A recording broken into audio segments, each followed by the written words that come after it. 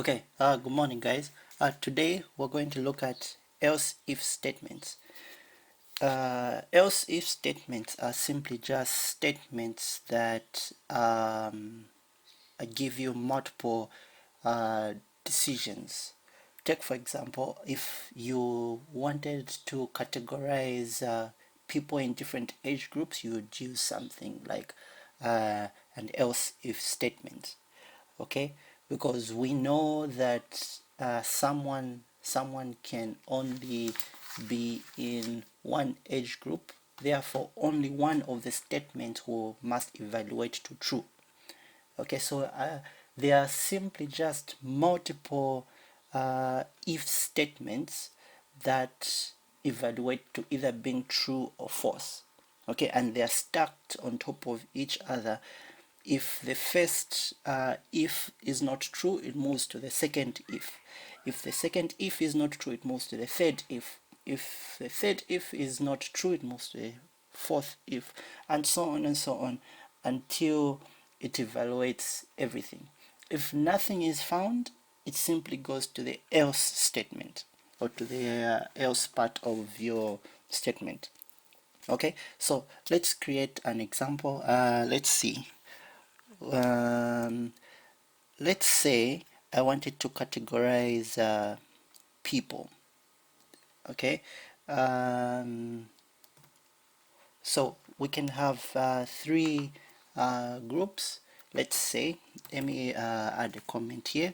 We're going to have the minor group, which are people between the age of 0 to, let's say, 18 years of age, 18 years. And then we can also have the youths. Okay, this is our program, so we can choose whatever age range you'd want. You can argue to say the youth start from age 13, but let's just imagine that they start from age 18 years. Okay, so 18 to about 35 years, we can call these the youths, and 35 years, okay, 35 years and above, we're going to call these the old, for argument's sake. Okay, so 35 to maybe 120 years old. Okay, all right. And what if you go beyond 120? If you go beyond 120, maybe we'll just call you maybe elderly. Okay, so above 120 years. Okay, so this is the program that would like to create, which if you ask for input from the user must enter their age, and then you can categorize them in these groups. So in such situations where you'd like to categorize people or things or elements or anything, you'd actually go and use else if statements. Okay, you could also use something called switch statements, okay, which we'll look at later on, but for now let's look at else if statement. Okay, so the structure for an else if statement is simply just if.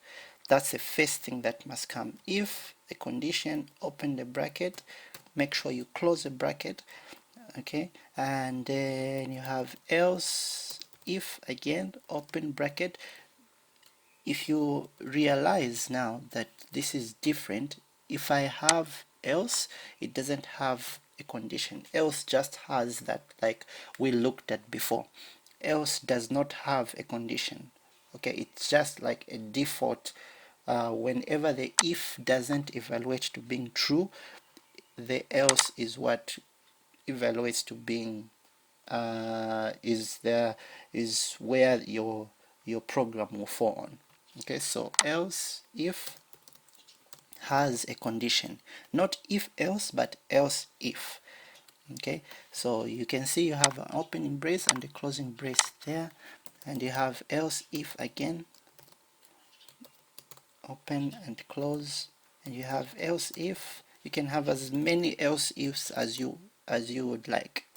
Okay, but the final thing that you should always have is an else statement.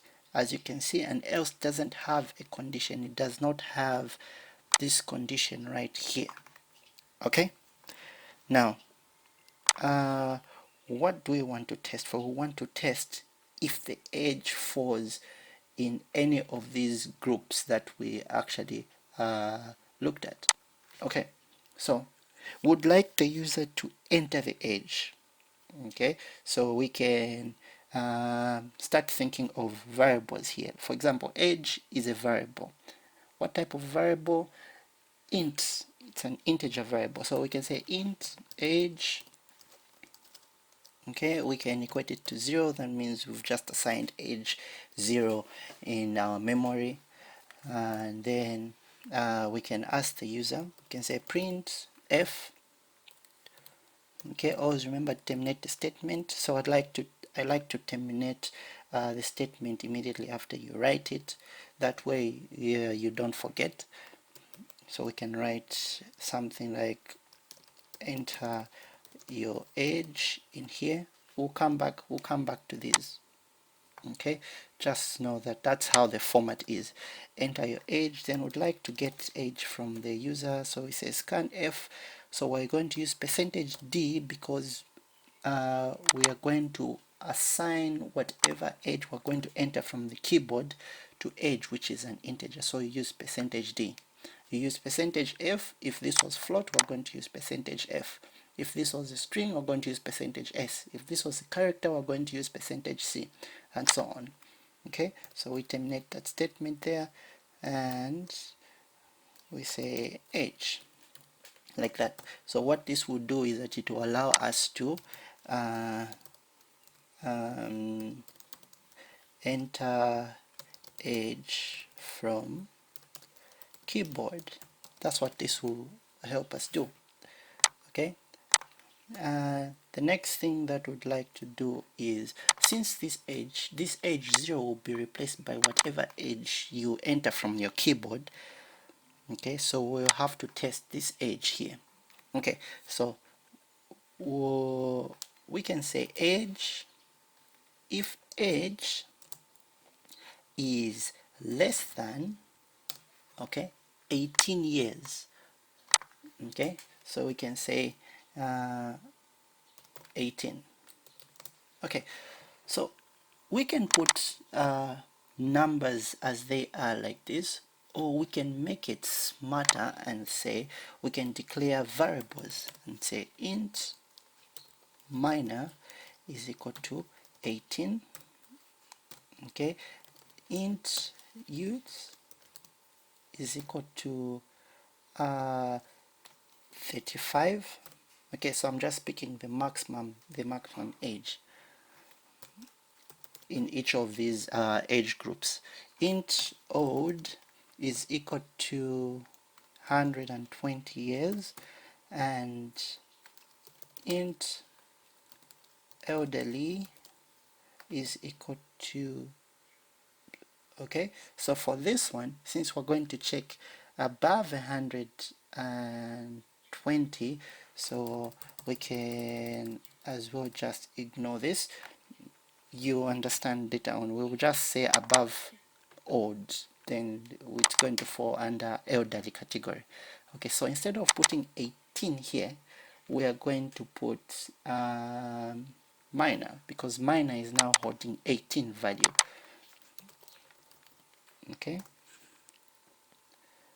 Okay, so what if the age is less than 18? What would you want to tell the user? Okay, so we'd actually copy this here, copy and paste. Yeah, you can type. I advise you to type. So you can say you are a minor. Okay, some exclamation marks there. Right.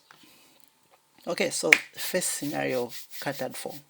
So what if someone enters 18 years of age and above? So would like to say if age is greater than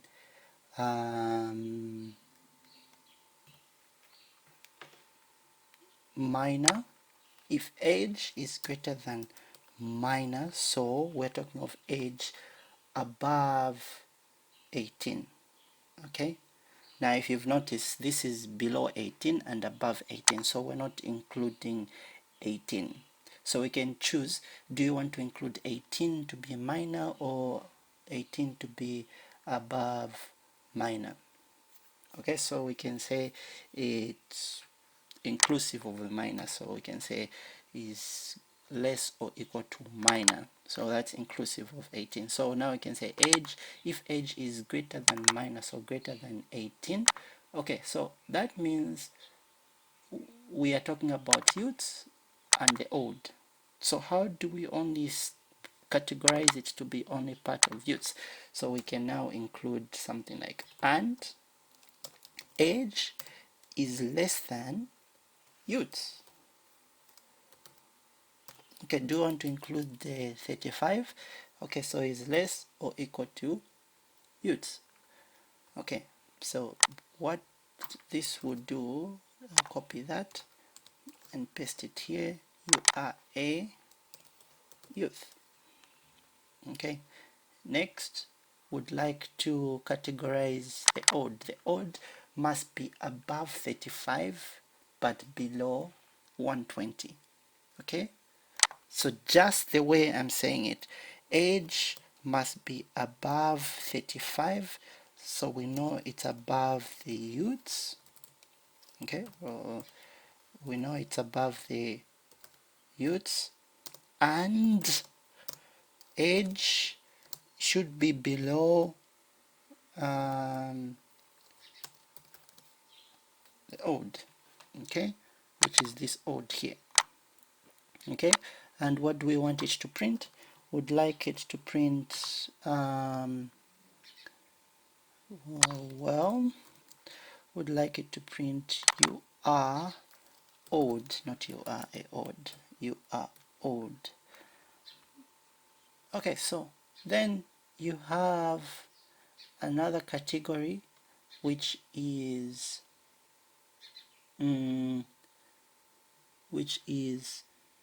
let's just say we'll remove this else if here. So if you don't fall in any of these categories, if you don't fall in any of these categories, would like this program to say you are elderly.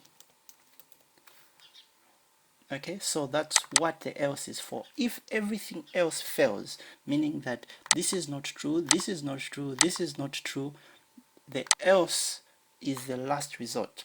That's where the program will go. Okay, and only one of these, the program can only enter in one of these. It cannot say you are a minor and you are a youth. It can only go in one of them. Okay, so hopefully there are no errors in our program. Let's try and run it. Okay, so now it says enter your age, so we'll say 23. Okay, so if we look at 23, where do we expect 23 to fall? So 23 should be under youths. Okay, so it says you're a youth. Let's try again and enter something like 12 years old, says you are a minor. Okay, let's enter something like 1,000, so that's 10,000 years old, says you are elderly, because the 10,000 doesn't fall in any of these, in any of that, in any of that, in any of that. Okay, so that's it about else if statements. So you use else if statements if you've got multiple decisions, or you want to categorize things in different groups. Okay.